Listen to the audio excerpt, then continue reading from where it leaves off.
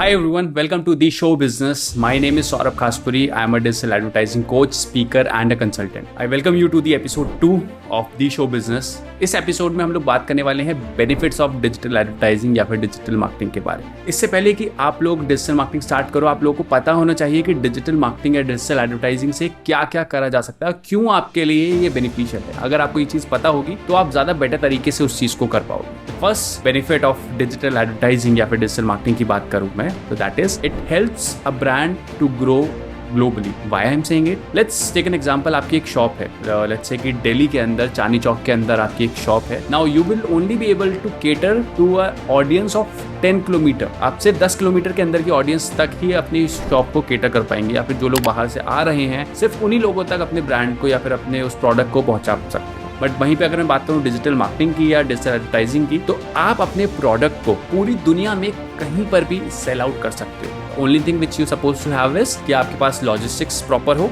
अगर आपके पास logistics proper है तो आप अपने सामान को कहीं पर भी बेच सकते हो। कैसे? डिजिटल मार्केटिंग के अंदर वी नीड अ वेबसाइट जिसके थ्रू हम लोग अपने सामान को सेल कर सकते हैं, जिसके थ्रू क्लाइंट्स आ सकते हैं। Now you can do the advertising in any country just with the help of some clicks. Now if you are doing that, आपका ब्रांड ग्लोबल लेवल पर मार्केट करा जा सकता है। Number 2 is this marketing activity या फिर मैं बात करूं this marketing strategy, digital marketing strategies are more cost effective. Why I am saying it? Because traditional marketing में क्या होता था, अगर आपको एडवर्टीजमेंट करना है तो आपको न्यूज़पेपर में एड्स चलाने पड़ते थे, फिर आपको टीवी पर एड्स चलवाने पड़ते थे, या आपको पैम्पलेट छपवाना पड़ता था, पैम्पलेट बंटवाने पड़ते हैं, आउटडोर मीडिया पे आपको अपने एड्स लगवाने पड़ते थे। नाउ ये सारे के सारे बहुत ज्यादा कॉस्टली होते हैं। अगर आपको न्यूज़पेपर में अपना ऐड चलाना है, छोटा सा ऐड भी अगर आपको चलाना है तो 4-5 लाख रुपए तो कहीं नहीं गए मान के चलो। अगर आपको टीवी पर अपना ऐड चलाना है तो 50 लाख से 70 लाख रुपए का एक कोटेशन आपको एक ऐड एजेंसी देती है। अगर आपको आउटडोर मीडिया के ऊपर अपना ऐड चलाना है तो भी मान के चलिए 2 से 3 लाख रुपए कहीं नहीं गए। उसका रिजल्ट कैसे ट्रैक हो पाता है? बहुत ही मुश्किल होता है उसका रिजल्ट ट्रैक करना, अगर आप कोई भी 2-3 एक्टिविटीज एक साथ कर रहे हैं। वहीं पे अगर मैं डिजिटल मार्केटिंग की बात करूं तो यहाँ पर आप मात्र 1000 रुपए से अपनी एडवर्टीजमेंट स्टार्ट कर सकते हो और दुनिया में कहीं पर भी अपने एड्स को चला सकते हो। तो it becomes amazingly cost effective because यहाँ पर आप बहुत कम बजट से अपने कैंपेन्स को स्टार्ट कर सकते हो, अपने टारगेट ऑडियंस तक लोगों तक पहुंचा सकते हो अपने कंटेंट को या फिर अपने प्रोडक्ट को। थर्ड नंबर पर it helps generating better revenue. Traditional marketing में देयर वाज नो सोर्स जहां से आप अपने एड कैंपेन को ट्रैक कर सको कि कितनी सेल आई थी। लेट्स से आप न्यूज़पेपर और आउटडोर मीडिया दोनों पर अपना एड कैंपेन चला रहे हो ना, उसको ट्रैक करना कि कौन से कैंपेन से कितनी सेल आई, it is very much tough. But यहाँ पर अगर मैं बात करूं तो गूगल, फेसबुक या जो भी कोई प्लेटफॉर्म है, it provides you amazing matrix जहां पर आप चेक कर सकते हो कि कितने पैसे आपके लगे, क्या क्या एक्टिविटीज आपने करी एंड उसका रिजल्ट क्या हुआ, कितनी सेल्स आई, कितनी कन्वर्जन आई। कन्वर्जन वैल्यू तक आपको वहां पे मिल जाती है। आपको अपना ROAS, return on ad spend, सामने के सामने दिख जाता है। आपकी एक क्लिक की वैल्यू क्या है, आपके कैंपेन में कितने इंप्रेशंस आए, कितने व्यूज आए, कितने ऐड टू कार्ट हुए, ये सारी की सारी चीजें हमें अपने टूल्स पर मिल जाती है। And that is why it actually generates better revenue because आपके पास जब मेट्रिक्स आ जाता है तो आप you can always go ahead and see कि कौन सा कैंपेन आपका अच्छा चल रहा है, कौन सा आपका कैंपेन अच्छा नहीं चल रहा। जो अच्छा चल रहा है उसके ऊपर बजट इंक्रीज करा जाए, जो अच्छा नहीं चल रहा वहां पर बजट डिक्रीज करा जाए। Fourth, you can interact with your target audience. मतलब क्या, देखो न्यूज़पेपर कौन सी ऑडियंस देख रही है नहीं पता, आउटडोर मीडिया पे आपने बैनर तो लगा दिया है लेकिन कौन उसको देख रहा है, देख भी रहा है कि नहीं देख रहा है नहीं पता। बट वहीं पे यहाँ पर मैं अगर डिजिटल मार्केटिंग या डिजिटल एडवर्टाइजिंग की बात करूँ, प्रॉपर एज ग्रुप के हिसाब से, आप प्रॉपर जेंडर के हिसाब से, आप फाइनेंशियल इनकम के हिसाब से, आप इंटरेस्ट के हिसाब से, आप हॉबीज के हिसाब से टारगेट कर सकते हो। आप चाहते हो कि आपका प्रोडक्ट है जो कि न्यूबॉर्न बेबीज के लिए, तो आप पेरेंट्स को टारगेट कर सकते हो जिनका अभी अभी बेबी हुआ है। या फिर आपका कोई ऐसा प्रोडक्ट है जो कि एक एज क्राइटेरिया को ही मीट करता है। लेट्स से कि आपका प्रोडक्ट 21 से 23 एज ग्रुप के लोगों के लिए ही है, तो आप सिर्फ उन लोगों को भी अब टारगेटिंग मिलाकर सिर्फ उन लोगों के लिए ही मार्केटिंग कर सकते हो, उन लोगों के लिए अपने कैंपेन्स बना सकते हो, उन लोगों तक ही अपना प्रोडक्ट पहुंचा सकते हो। आपको अपना एक्स्ट्रा पैसा खर्च करने की या वेस्ट करने की कोई जरूरत नहीं है। एंड जब आप अपनी टारगेट ऑडियंस को अपने एड्स दिखाते हो तो उससे क्या होता है, उससे ज्यादा रेवेन्यू जनरेट होता है। बिकॉज अगर आप अपना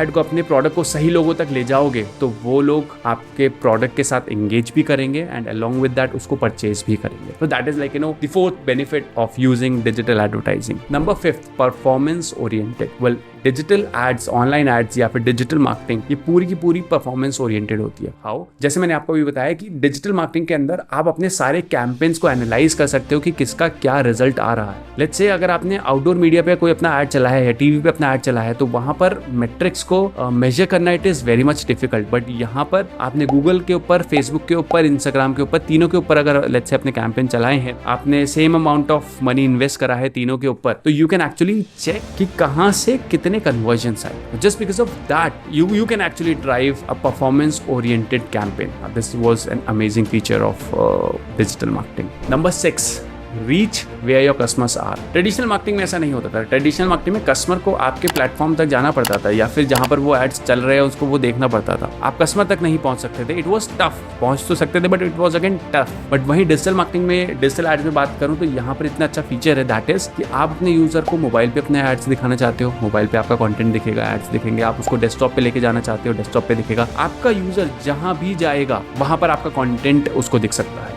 इस तरीके से प्लेसमेंट आप कर सकते हो कि अगर आपका यूजर मोबाइल पर है, किसी एक पर्टिकुलर वेबसाइट है, तो उस पर आपका ऐड दिखेगा। वो उस वेबसाइट से दूसरी वेबसाइट पर जाता है तो उस वेबसाइट पर भी आपका ऐड दिख सकता है। यूट्यूब पर जा रहा है तो यूट्यूब पर आपके एड्स दिखाए जा सकते हैं। अगर वो यूजर स्विच करके इंस्टाग्राम स्क्रॉल करने लगा तो आप चाहो तो उस इंस्टाग्राम पर भी अपने एड्स चला सकते हो और यूजर को बांध सकते हो। This is one of the best thing I like about digital advertising. Number 7, ये मेरा फेवरेट है, that is remarketing. Like trust me guys, remarketing एक सुपर पावर है हमारे लिए। remarketing क्या होता है? remarketing का मतलब होता है एक यूजर को बार बार अपने एड्स दिखाते रहना, बार बार अपना कंटेंट दिखाते रहना। देखो यार, ट्रेडिशनल मार्केटिंग में ये टफ था। ट्रेडिशनल मार्केटिंग में आई डोंट थिंक ऐसा हो भी सकता था। अगर कोई कस्टमर आपकी शॉप पर आया है, शॉप से निकलने के बाद उस कस्टमर के ऊपर आपका कोई कंट्रोल नहीं है। बट वहीं अगर मैं डिजिटल मार्केटिंग की बात करूं, एडवर्टाइजिंग की बात करूं, तो पूरा का पूरा कंट्रोल आपका रहता है। एक बार यूजर आपके चैनल पर आ गया, उसके बाद आपके वेबसाइट पर आ गया, उसके बाद आप क्या कर सकते हो, एक कुकी ड्रॉप कर सकते हो एंड उसके बाद आपका यूजर जहां पर भी जाएगा वहां पर आप उसको ट्रैक कर सकते हो, अपने एड्स दोबारा से दिखा सकते हो। किसी और प्लेटफॉर्म पे जा रहा है तो वहां पर भी आप उसको ट्रैक कर सकते हो and till the time customer की सेल नहीं आ जाती तब तक आप अपने एड्स दिखा सकते हो। इसका एक एग्जांपल दूंगा मैं, अमेजॉन ने बहुत अच्छे से इस चीज को यूज करा। आपने अगर याद हो आपको, आपने कभी सोचा हो इस बारे में कि जब भी आप अमेजॉन के किसी प्रोडक्ट पे जाते हो, वहां पे ऐड टू कार्ट करते हो, तो उसके बाद आपको वही सेम प्रोडक्ट के एड्स दिखाई देने लग जाते हैं अलग अलग जगहों पे। ये कैसे होता है? It only happens because of the remarketing. Cookie drop हो जाती है ब्राउजर के अंदर एंड उसके बाद जहां पर भी यूजर जाएगा, जो भी मेरा मन करेगा मैं उस यूजर को वो कंटेंट दिखा सकता हूं। तो remarketing is actually a super power और रीमार्केटिंग के बारे में ज्यादा लोगों को नहीं पता है, बट जिन लोगों को भी पता है एंड ऑल ऑफ देम